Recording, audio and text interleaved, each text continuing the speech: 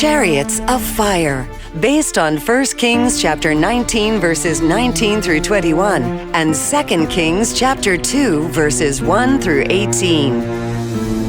Through the years, God has encouraged Elijah, but Elijah needs a successor. A young, earnest man plows his parents' fields. Now that the rains have come again, the fields are fertile again and ripe for plowing. A good thing, too. Our stores were about used up, but the Lord takes care of his faithful. Elisha, the Lord's prophet.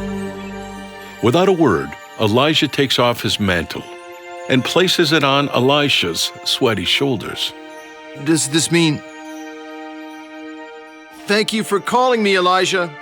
Let me just say goodbye to my parents. Well, do what you must, but God's work won't wait very long. Elisha returns home and gives a farewell feast for his family and friends. He slaughters his oxen and burns his plow to cook the meat. Eat, my friends, and wish me well on my new journey. God has called me. I have to obey. This burned-up plow represents my old life. It must be destroyed so I can follow my new life with God. That's all well and good, Elisha, but we could have sold that. I have to burn my plow behind me, Father. I know life as a prophet will be hard, and I don't want the temptation to come back home to my old life. You're giving up a life of comfort to follow God's call? I'm proud of you, son. When he has made his farewells, Elisha sets out to follow Elijah.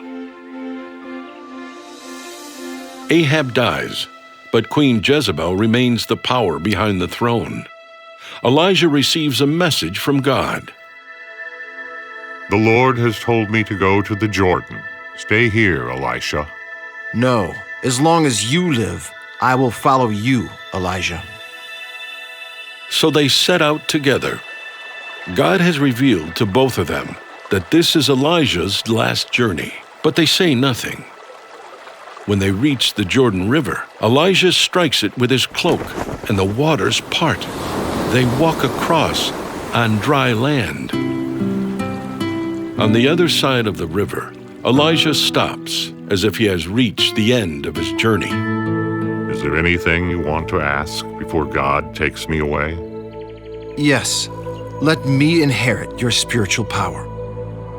Only God can grant that. If you are able to see what God does next, then your request will be answered. For a moment, all is still. Then... My Father!